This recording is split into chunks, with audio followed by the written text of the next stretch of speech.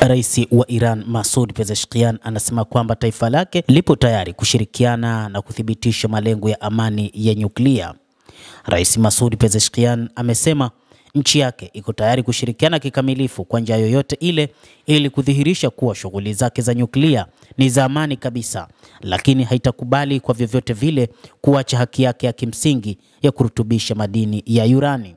Akizungumza katika mahojiano na televisheni ya taifa ya Oman wakati wa ziara yake ya karibuni katika nchi hiyo ya Ghuba ya Uajemi siku ya Jumatano, Rais Pezeshkian amesema iwapo kuna haja ya kuhakikisha kuwa hatufuatilii silaha za nyuklia, tuko tayari kushirikiana kwa njia yoyote ile kuhakikisha ulimwengu wa kanda hii wanajua wazi hatujawahi kufanya hivyo na hatutafanya hivyo kabisa. Ameongeza kuwa amri ya kiongozi wa mapinduzi ya Kiislamu ya Iran Ayatollah Al-Khamenei imepiga marufuku waziwazi juhudi zozote za Iran kutengeneza silaha za nyuklia. Licha ya hayo, Rais Masoud Pezeshkian amesisitiza kuwa Iran itaendelea na urutubishaji wa madini ya urani kwa madhumuni ya amani kama vile matibabu na uchunguzi wa kimatibabu, maendeleo ya kilimo pamoja na uboreshaji wa viwanda.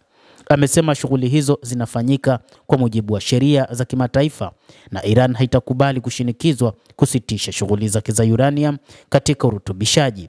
Kuhusu masharti muhimu ya kufikiwa kwa makubaliano yoyote na Marekani, Rais Masoud Pezeshkian amesema masharti ni yale yale yaliyowekwa na sheria za kimataifa.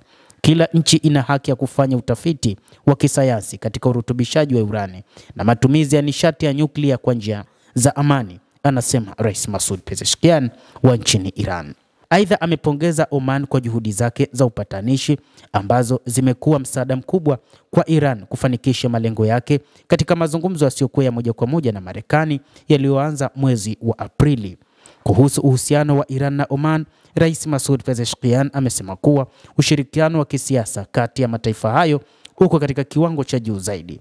Aidha, amesema mataifa haya mawili yana mtazamo unaofanana kuhusu masuala ya kikanda, ikiwemo msimamo wao mmoja kuhusu suala la Palestina. Hata hivyo, Oman imesema itasimama imara kwa ajili ya kufanya upatanishi wa aina yoyote ili tu raia wa Kipalestina waishi kwa amani, tofauti na wakati huu ambapo kumekuwa na vita kati ya Israel pamoja na Wapalestina, hasa kundi la Hamas, lakini moja kati ya jambo ambalo analipigania ni raia wanauawa bila sababu za msingi katika eneo la ukanda wa Gaza.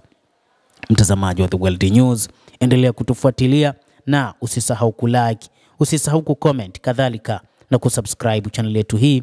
Utapata habari hizi kwa mapana hapa The World News. Mimi ni Adam Hussein, endelea kutufuatilia, endelea kuwa nasi wakati wote.